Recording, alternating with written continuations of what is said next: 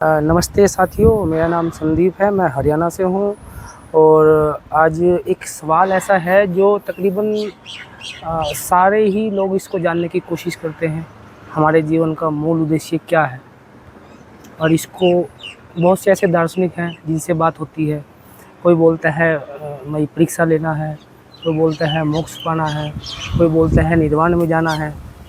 ठीक इसी प्रकार से भी जैसे श्री रविशंकर जी महाराज हैं, इनसे भी एक लेडीज ने सवाल पूछा है कि हमारे जीवन का क्या उद्देश्य है। और रविशंकर जी को आप सुनिए वो क्या जवाब देते हैं। एक दार्शनिक होने के बावजूद उनका ये जो जवाब है, आप बताना भी इस प्रकार से, क्या कोई दार्शनिक को जवाब देना चाहिए? जी। मनुष्य जीवन का उद्देश्य क्या है? जो जानता है वो तुम्हें नहीं बताएगा, जो बताएगा वो तुम जानता नहीं। मैं तो बताने वाला नहीं हूँ। प्रेमजीत जी हैं, ये दार्शनिक हैं, दिल्ली से हैं। और इनको भी जीवन में सवाल उठा था कि हमारे जीवन का, मेरे जीवन का मूल उद्देश्य क्या है। अब आइए देखते हैं, जानते हैं इनसे भाई ये किस निष्कर्ष पे पहुँचे हैं। क्या ये स्टिक बैठता है जो प्रेमजीत जी बोलते हैं? एक आम आदमी भी इसको चेक कर सकता है क्या इस तल पे? तो इसको आप ऐसे करके समझें कि ये इतना महत्वपूर्ण सवाल है कि इसका आंसर जाने बिना आदमी अपने जीवन में कोई चीज़ तय नहीं कर सकता कि सही है कि गलत है, कि मैं कैसे जीऊँ, कैसे ना जीऊँ, क्या करूँ, क्या ना करूँ, कैसा व्यवहार करूँ, कैसा ना करूँ। क्योंकि जीवन के उद्देश्य से ही हर चीज़ तय होती है, उससे दिशा तय होती है कि इस दिशा हमें जाना है। तो उस दिशा से ही हमें पता चलेगा कि जो भी हम कर रहे हैं या करवा रहे हैं या देख रहे हैं या प्रयास कर रहे हैं, वो हमारा सही दिशा में जा रहा है कि कोई और दिशा में जा रहा है। तो इस प्रश्न का उत्तर सामने होना बहुत ज़रूरी है। और जब अभी जैसे आपने क्लिप सुनी श्री रविशंकर जी की, वो कह रहे हैं कि जो जानता है जीवन का उद्देश्य क्या है वो बताएगा नहीं, और जो बता रहा है इसका मतलब है कि वो जानता नहीं, और वो खुद बताएंगे नहीं, क्योंकि वो ऐसा बताना चाह रहे हैं कि वो जानते हैं, और जानते हैं तो इसलिए बताएंगे नहीं, क्योंकि बता देंगे तो फिर वो नहीं जानते हैं, ऐसा उनकी ही बात से सिद्ध हो जाएगा। तो अब ये जो ऐसा गोलमोल सब आंसर होता है, अब इससे जिसने सवाल पूछा उसको क्या लाभ मिला? इससे वो तो कुछ नहीं लाभ मिला। वो तो यही हो गया कि भाई अब तुम खुद ढूंढो। भाई अगर हमें ही ढूंढना था तो आपके पास काहे को मार्गदर्शन लेने आए? आपके पास तो इसीलिए आए ना, लोग आ रहे हैं कि भाई आप उनके किन्हीं प्रश्नों के जवाब दे देंगे जो आपने खोज के रखे होंगे पहले से। जैसे स्कूल जाते हैं तो टीचर ने जितना सब अध्ययन किया होता है, तो बच्चे ने जो भी कोई सवाल पूछने होते हैं वो इसी आशा में पूछता है कि टीचर के पास तो होंगे इनके सवाल, वो दे देगा। अब टीचर ऐसा बोलने लगे कि इसका जवाब जो जानता है वो देगा नहीं, और जो दे रहा है वो जानता नहीं है, और मैं तो जवाब दूंगा नहीं। तो भाई साहब वो स्कूल काहे के लिए खोला है? टीचर वहाँ क्यों बैठा हुआ है और बच्चे को क्यों वहाँ बुलाया जा रहा है? तो अगर इन्हें जवाब देना नहीं है तो ये आयोजन क्यों कर रहे हैं? लोगों को क्यों कह रहे हैं कि लोग आओ मेरे पास में, मैं एक संत हूँ, हाँ मैं कितना बड़ा संत हूँ, मैं धार्मिक हूँ, मैं आध्यात्मिक हूँ, मैं स्पिरिचुअल हूँ, मैं ये हूँ, मैं इतने सारे जो दावे हैं वो काहे के लिए कर रहे हैं फिर?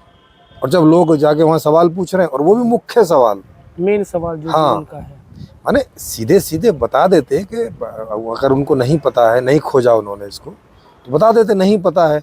इतना घुमाने की क्या ज़रूरत थी कि जिसको पता है वो बताएगा नहीं, जिसको जो बता रहा है उसको पता नहीं है। वो खामोखा की चीज़ है। ऐसे घुमा घुमा के आदमी फेडअप होके चला जाए, परेशान होके चला जाए, वो खुद जाके खोजे। और भाई उसने खुद ही खोजना था तो फिर आपका क्या मतलब हुआ? तो आपसे पूछा था कि आपने क्या खोजा, आपके जीवन का उद्देश्य, तो कह रहे हैं कि मैं बताऊंगा नहीं। अरे बताओगे नहीं तो मतलब क्या हुआ इस बात का? तो ये जो इस तरह की चीज़ें रहती हैं, और इस तरह के संत जो इस तरह के आंसर करते हैं, ये बड़े दुखद हैं और समाज को भटकाने वाले रहते हैं। समाज उनमें भटकता रहता है। अगर उसने खुद से ही खोजना होता, खुद से खोज पाई होती, या जो लोग भी खोज रहे हैं वो खुद से खोज पाए होते, तो भाई आपके पास आके पूछने की क्या ज़रूरत थी? और ज्ञान तो देने से बढ़ता है, कोई कम होता है क्या? और ये कोई आप कोई मिसाइल का ज्ञान दे रहे हो क्या कि इसको कोई दुरुपयोग कर लेगा? जी बिल्कुल। आप उसके जीवन का उद्देश्य का बता रहे हो, आपने जो जाना वो बता दीजिए। या आपको ऐसा लगता है कि नहीं भाई मेरे जीवन का उद्देश्य अलग है, तुम्हारा अलग होगा, तुम्हें खुद खोजना पड़ेगा, तो ये बात बता दीजिए। इसमें ऐसा गोलमोल घुमाने की क्या ज़रूरत है? तो ये रहता है जहाँ तक मैं समझता हूँ, क्योंकि मैंने इन सब चीज़ों की खोज की है और मैं समझता हूँ। तो अभी तक के जितने पीछे के दार्शनिक रहे हैं, वो चाहे श्री श्री रविशंकर हों, चाहे आचार्य प्रशांत हों, चाहे जग्गी वासुदेव सदगुरु हों, ओशो हों, कबीर हों, रैदास हों, नानक हों, ये जितने भी मीरा हों, जितने भी फेमस संत हैं, संत ज्ञानेश्वर हों, ये इस सवाल का जवाब ढंग से निकाल नहीं पाए, खोज नहीं पाए। ए नागराज जी हैं। हाँ, ए नागराज जी हुए। उन्होंने तो वो इन सब के सवालों के, इस तरह के सवाल के जवाब ढंग से निकाल नहीं पाए, और ये मूल सवाल था। अब इसी का नहीं निकाल पाए, आप सोच सकते हो कि आगे फिर इन्होंने क्या खोजा होगा, वो सब कल्पना में चलता है इनका सबका। तो इसका जवाब सीधा सा है कि भाई जीवन सुखी होने के लिए है, हर व्यक्ति सुखी होना चाहता है, हर जीव सुखी होना चाहता है। आप उसके जीवन का अध्ययन कर लो, खुद के जीवन का अध्ययन कर लो, और देखो कि आप सुबह से शाम तक होश में जब जितना रहते हो नींद के अलावा, उसमें आप क्या प्रयास करते हो? आप यही प्रयास करते हो कि आपकी सभी इच्छाओं की पूर्ति होती रहे, कि आपको जो इच्छा पैदा हो रही है उसकी पूर्ति हो जाए, उससे आपको अच्छा लगता है, उससे आपको बढ़िया महसूस होता है। इसी को सुखी होना बोलते हैं। यही सुखद एहसास है कि जो आपने चाहा वो हो रहा है, लगातार जो चाहते जा रहे हैं होता जा रहा है। ऐसा ही आदमी सारे जीवन चाहता है।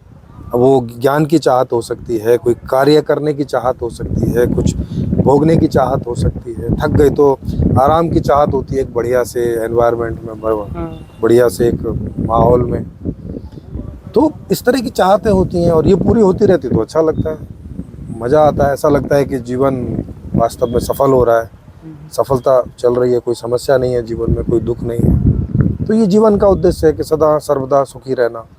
ये इनको समझ में नहीं आ रहा और ये बता नहीं पा रहे हैं। और अगर ये ऐसा बोल भी दें, मान लें मेरे कहने से या कहीं इन्होंने पढ़ लिया और ऐसे कहने से बोल भी दें, तो ये जितने सारे काम कर रहे हैं वो इनके अपोजिट हो जाते हैं। बिल्कुल हो जाता है। क्योंकि इसके लिए जो आप मेडिटेशन और वो सब करो, उसका क्या मतलब है? कोई मीनिंग नहीं उसका। तो बिना उद्देश्य के होने का। हाँ, बिना उद्देश्य के मेडिटेशन होने- का भी तो कोई उद्देश्य होगा। यस, आप जो इतने बढ़िया सब हर रोज नए नए कपड़े पहन रहे हैं, बढ़िया सी जगह में बैठते हैं, सोफा पे बढ़िया से पे बढ़िया चीज की डिमांड करते हैं। डिमांड करते हैं, सारे पूरा एक बढ़िया सा आश्रम आपके रहते हैं, वहाँ सारी जितनी भी फैसिलिटीज़ आपके यहाँ हो सकती हैं सारी फैसिलिटीज़ आप रखते हैं, और फिर भी लोगों को कह रहे हैं कि मैं जानता हूँ, मैं बताऊँगा नहीं। आप शायद इसलिए नहीं बताना चाहते क्योंकि लोगों को पता चलेगा तो आपसे सवाल पूछेंगे कि भाई साहब जब जीवन का उद्देश्य ऐसे सब एंजॉय करना है, सुखी करना है, तो आप हमें दूसरी बातों में क्यों भटका रहे हैं? क्योंकि वो दूसरी बातों में भटका के और इस तरह के डोनेशन और दान और ये सब लेके खुद का और उन सब लोगों का एंजॉय कर रहे हैं, वो साफ दिखाई पड़ता है। हाँ। तो इसलिए वो बताने से बचते हैं, क्योंकि मोक्ष बोलेंगे तो सवाल उठेंगे, कुछ भी बोलेंगे तो उस पर फिर आगे आदमी सवाल पूछेगा। हमें ध्यान के बारे में बताएंगे, हाँ। मोक्ष के बारे में बताएंगे, यस, या निर्वाण के बारे में बताएंगे, यस, या यस, संसारी भ्रम क्या है, तो हाँ। जैसे बोलते भी हैं। हाँ, कई तो बार फिर सवाल पे बोला भी ये यस, संसार यस। भी एक भ्रम है। हाँ, तो फिर हाँ, भ्रम बाद में है बोल तो रहे हैं। फिर ये जी, जी। भ्रम वाले मतलब एक समाज में रह के फिर बता किसको रहे? हाँ, उस टॉपिक को अलग से लेंगे, वो एक और बड़ा टॉपिक है। इन्हीं का एक बड़ा टॉपिक है, उसको भी हम लोग अलग से लेंगे। अभी इसमें देखें कि वो बता क्यों नहीं रहे हैं, क्योंकि बताएंगे तो कुछ भी बोलेंगे तो पूछने वाला और आगे सवाल पूछेगा। इस बात को स्पष्ट करने के लिए कि जो आंसर दिया जा रहा है जीवन के उद्देश्य का वो क्या सटीक है, क्या यही है तो क्यों है। तो एक लंबी प्रश्न उत्तरी की एक श्रृंखला चलेगी जिसमें वो बार बार फंसेंगे, बार बार उनको दिक्कत खड़ी होगी। तो इन सब से बचने के लिए आदमी शुरू में ही ऐसा करके बोल देता है कि जो जानता है वो बताएगा नहीं, और जो नहीं जानता है वो बताते रहते हैं, और मैं बताऊंगा नहीं क्योंकि मैं जानता हूँ। तो अब इसका क्या मतलब? वो क्या करें आपके इस जानने का जो आप बता नहीं सकते? आपकी ऐसी मजबूरी क्या है वो भी आप नहीं बता रहे हैं कि भाई ऐसी क्या मजबूरी आन पड़ी आपकी जो आप बता नहीं सकते। तो फिर रविशंकर जी का फिर वो उपयोग क्या हुआ संसार में? कुछ भी नहीं उपयोग उनके हुआ। ज्ञान का। हाँ, जैसे इसीलिए कुछ हो नहीं रहा है। जैसे एक दर्जी है उसके ज्ञान का उपयोग है, हाँ, कुछ नहीं। टीचर है हाँ, उसके यस, ज्ञान का उपयोग है, यस, डॉक्टर है उसके ज्ञान का उपयोग है, यस। ड्राइवर है, हर एक आदमी के अपने ज्ञान का उपयोग है। उपयोग है। तो इसी तरह अगर दार्शनिक के ज्ञान का कोई उपयोग ना हो संसार के अंदर इतनी भीड़ पब्लिक बैठती है 2-2 घंटे 3-3 घंटे यस बैठते हैं। यस काफी लोग तो अपने पूरा जीवन ही उनके चरणों में समर्पित कर देते हैं। जी, लेकिन गुरु जी, जी जी। अब आपके पास ही हम अपने जीवन को करते हैं। बिल्कुल बिल्कुल। अब लोग बेचारे इस आशा में जाके कि अब इतने बुजुर्ग आदमी हैं, आध्यात्मिक आदमी कह रहे हैं तो सच ही कह रहे होंगे, जानते ही होंगे भाई नहीं बता रहे हैं कोई बात नहीं है, चलो इनके कहने के हिसाब से जीवन जी लेते हैं। श्रद्धा में आदमी जाके जी लेता है।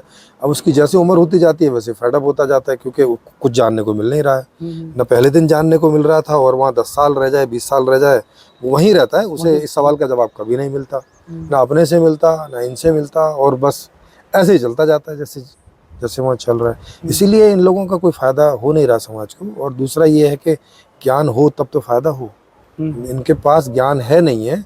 ये केवल इस तरह के आंसर इसलिए करते हैं कि ये अपने अज्ञान पे पर्दा डाल सकें, बचे रहें उस बात से। और ये समीक्षा मैं कर रहा हूँ इस तरह की, अगर आप में से किसी को भी लगता है कि ये मैं गलत समीक्षा कर रहा हूँ तो आप में कोई भी आमंत्रित हैं यहाँ ऑनलाइन, हमारे यहाँ खुली चर्चा होती है हर बात पे, वो कोई भी आ जाए, श्री श्री रविशंकर जी आ जाएं, उनके जो कोई फॉलोवर हैं वो आ जाएं, और कोई आ जाएं, जिन्हें भी लगता है कि ये जो समीक्षा की जा रही है ये युक्त नहीं है, ये लॉजिकल नहीं है, ये सही नहीं है, ये फ़ायदेमंद नहीं है, कोई भी दृष्टि में आप आके इसको हम लोगों से इसके लिए खुली चर्चा कर सकते हैं।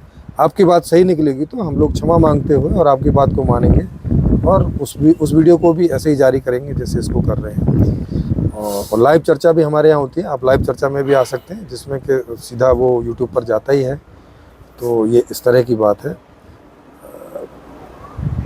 स्पष्ट सी बात है कि जिनकी श्रद्धा है श्री श्री रविशंकर जी में उनको बुरा लगेगा इस बात से, पर हम लोगों का कहना है कि एक बार इस बात पर आप थोड़ा विचार कीजिए, थोड़ा जो है इसको एनालिसिस कीजिए, समझिए, क्योंकि वहाँ आपका समय भी खराब हो रहा है ना, आप जैसे और बहुत लोगों का समय खराब हो रहा है। तो इस बात को आप देखें। और श्री श्री रविशंकर जी प्रश्नोत्तरी में जाते नहीं आसानी से। कुछ समय पहले की बात है, कुछ साल पहले इनको जाकिर नायक ने अपने यहाँ चर्चा के लिए बुलाया था, डिस्कशन के लिए, और ये वहाँ से भी भाग गए थे नाराज होके, जबकि इन्हें चर्चा में जाना चाहिए था। वहाँ जो भी सवाल आ रहे थे लोगों के, उनके आंसर करने चाहिए थे। नहीं, ये ऐसा बोल के वहाँ से भाग गए कि आपने मुझे मेहमान के तौर पे बुलाया और मुझसे सवाल पूछ रहे हैं, मेरी बेइज्जती कर रहे हैं। मतलब सवाल पूछना ऐसे लोगों से इनकी बेइज्जती करना होता है, आप सोचिए। आप उनका कोई भी वीडियो देख सकते हैं, जाकिर नायक और श्री श्री रविशंकर डाल के देखेंगे तो यूट्यूब में आ जाएगा, अगर बैन वैन नहीं हुए होंगे तो मैंने भी वहीं देखे थे। तो मुझे बड़ा आश्चर्य हुआ कि इतने फेमस गुरु और लोग, इतने सारे लोग इन्हें फॉलो करते हैं और ये सवाल जवाब से भाग रहे हैं। मुझे मतलब ऐसे बहुत आश्चर्य हुआ था इस बात का कि ऐसी अपेक्षा मैंने नहीं की थी इनसे। मैं ठीक है, गलत सलत जवाब देते होंगे मगर जवाब तो देंगे। तो पर जवाबों से बचते हुए मैंने मतलब किसी आदमी को अगर देखा है दुनिया में तो सबसे ज़्यादा इन्हीं को देखा है। बाकी सब गलत सलत जैसे भी आंसर करने का प्रयास करते हैं, मगर ये तो भाग जाते हैं उससे। तो इस तरह का मैंने इनका बर्ताव देखा और मुझे ठीक लगा। तो चूँकि मैं भी एक दार्शनिक हूँ और ये मेरा उत्तरदायित्व बनता है समाज में कि कुछ भी अगर कहीं भी मैं दार्शनिक दृष्टिकोण में कोई गलती पाता हूँ किन्हीं की भी, तो मैं उसकी समीक्षा करूँ। मेरे भी किसी दार्शनिक दृष्टिकोण की कोई भी समीक्षा कर सकता है, मेरी तरफ से वो पूरा उसके लिए सहमति है। मैं कभी नहीं कहूँगा कि मेरे किसी दृष्टिकोण की कोई समीक्षा क्यों हो रही है, बल्कि मुझे अच्छा लगेगा कि मेरे साथ ही बैठ के समीक्षा हो उसकी, खुले में चर्चा, पब्लिक में चर्चा हो कि हर आदमी बैठ के इसको देखे, जांचे। हर एक आदमी का हक है, सवाल पूछने का अधिकार है उसका। जब तक हम किसी निर्णय पे नहीं पहुंच जाते तो सवाल तो बनते रहना चाहिए चारों तरफ से। यस बिल्कुल। और मेरी अपेक्षा होगी इनसे भी कि जब अगर ये वीडियो उनके फॉलोवर्स के द्वारा उन तक पहुँचे तो वो भी इसको वेलकम करें और खुली चर्चा में आएँ और फिर सवाल जवाब हों। क्यों नहीं सवाल का जवाब दे रहे, इसका कोई लॉजिक, कोई सटीक इसका जवाब दे कि क्यों नहीं देना ज़्यादा सही है बजाय जवाब देने के।